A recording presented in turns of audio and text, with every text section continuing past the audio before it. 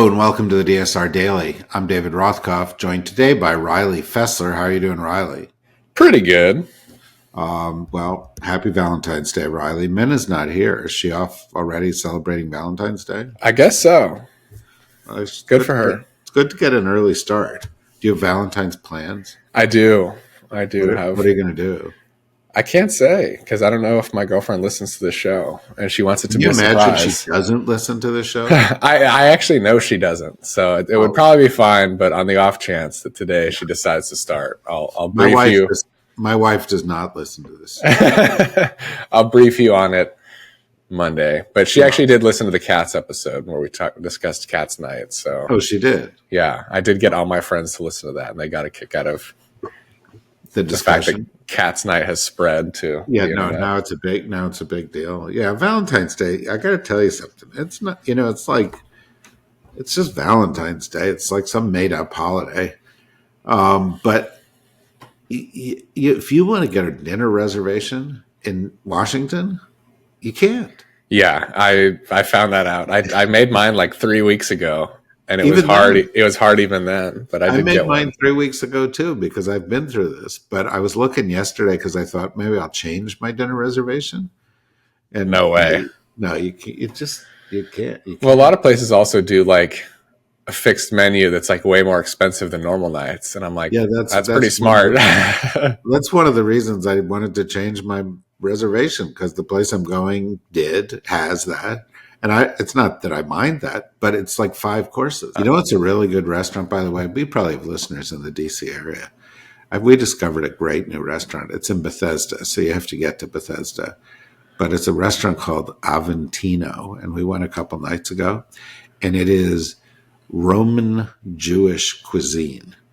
It's like based on the cuisine in the Jewish neighborhood in Rome. There's not really much Jewish about it, but it's the best Italian restaurant I've been to in the Washington area. It's just fantastic. And I strongly recommend if you're in Bethesda, Aventino, add it to your list.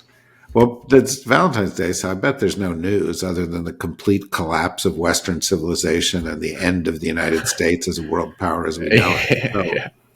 So, literally, I write a column for the Daily Beast, and every day I'm thinking I'm going to write a column, and I can't because what I was going to write about has already been overtaken by 6 more even greater outrages.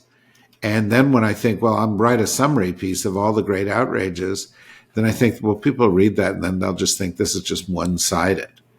But, at a certain point when you're at the end of Western civilization and the end of the United States as you know it, don't you have to say that? I mean, don't you have to say that this administration has done more damage in 4 weeks to the United States than all the enemies of the United States added up did in 250 years?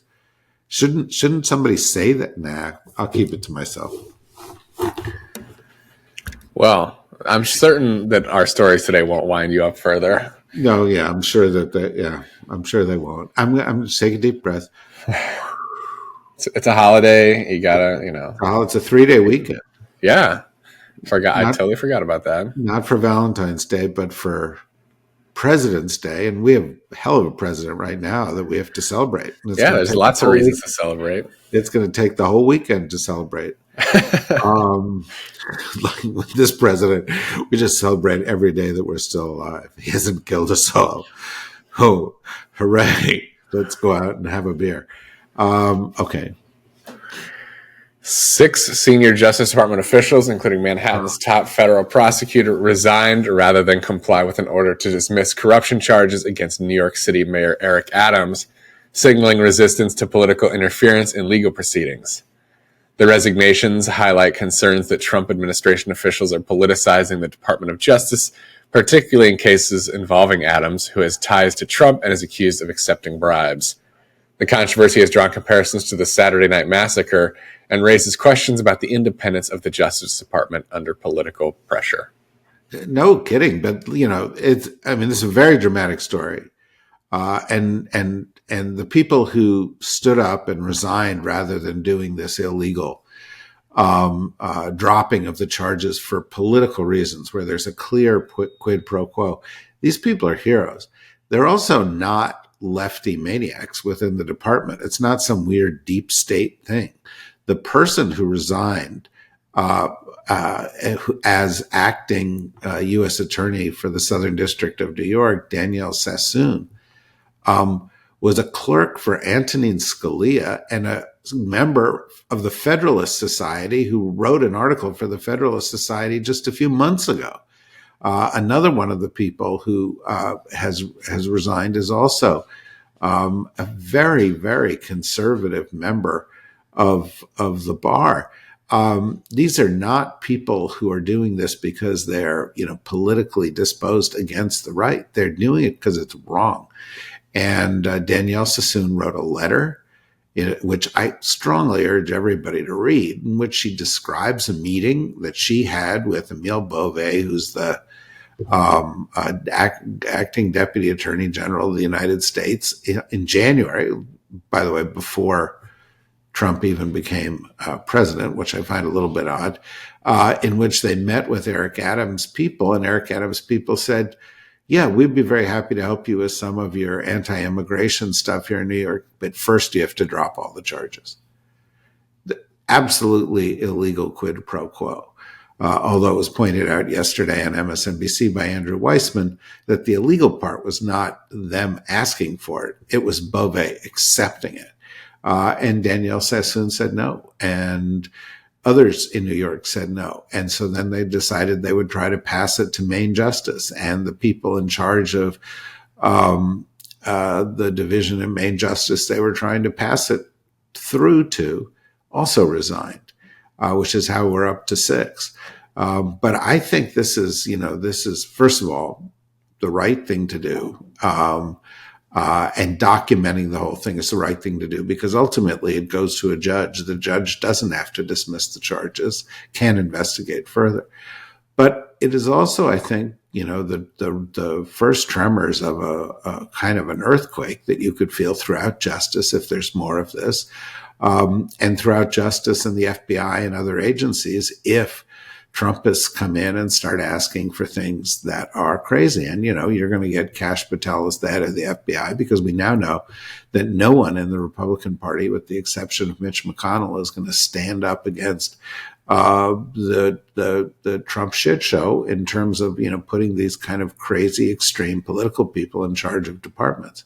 But the professionals within these departments are once again going to demonstrate that they took an oath to the Constitution, that they honor that oath, and they're going to stand up against this. And it's the first real resistance I've seen of any meaningful sort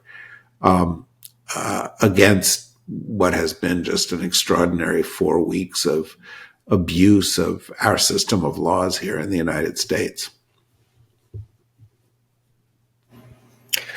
A Russian drone with a high explosive warhead struck the protective containment shell of the Chernobyl nuclear power plant in Ukraine, according to Ukrainian President Volodymyr Zelensky, though Kremlin spokesperson Dmitry Peskov denied Russian responsibility for the attack. The International Atomic Energy Agency confirmed the strike did not breach the inner containment shell or increase radiation levels, and no casualties were reported. Ukraine plans to present detailed information about the strike at the Munich Security Conference, while Zelensky condemned the attack as evidence of Russia's disregard for global safety. Yeah, I can't wait for the statement today from Trump or Hegseth or Rubio or Vance or one of these guys who's been commenting on this stuff all week to the effect of, well, the Ukrainians shouldn't have placed the Chernobyl containment vessel in the path of this drone, and trying to find a way to blame this all on the Ukrainians, which, of course, they've been doing all week in terms of this war.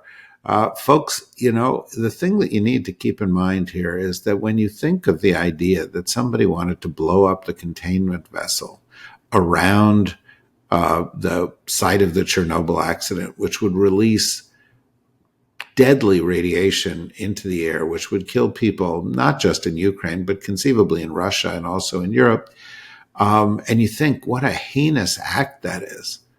Think this. The people who did it are the ones that the United States government is now on the side of. We're not on the side of the Ukrainians anymore, based on what took place this week in statements from Hegseth and J.D. Vance and Rubio and Trump.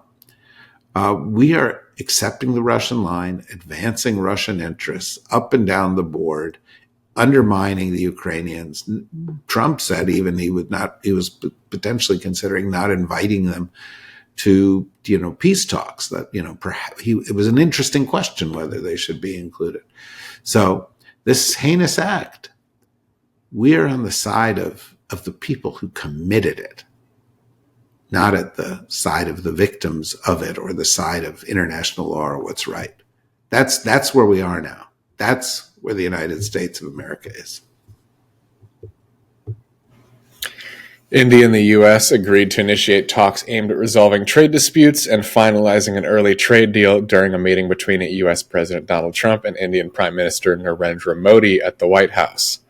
India pledged to increase purchases of U.S. oil, gas, and military equipment, including potential deals for F-35 stealth fighters, while both nations committed to addressing illegal immigration and enhancing security cooperation in the Indo-Pacific region, signaling a strategic counter to China.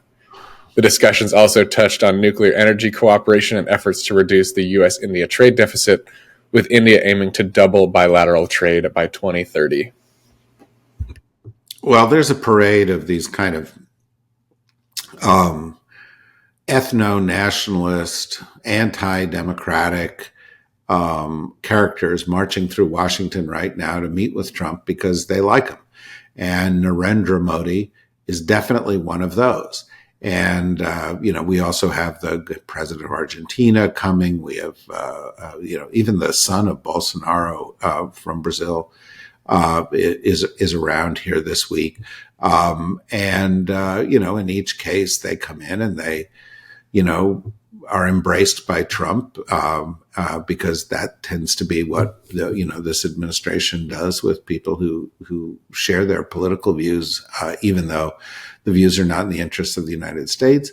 And where there are trade issues, as in the case of India, they will say, well, what kind of concessions can we make so that we don't get caught up in your big trade war?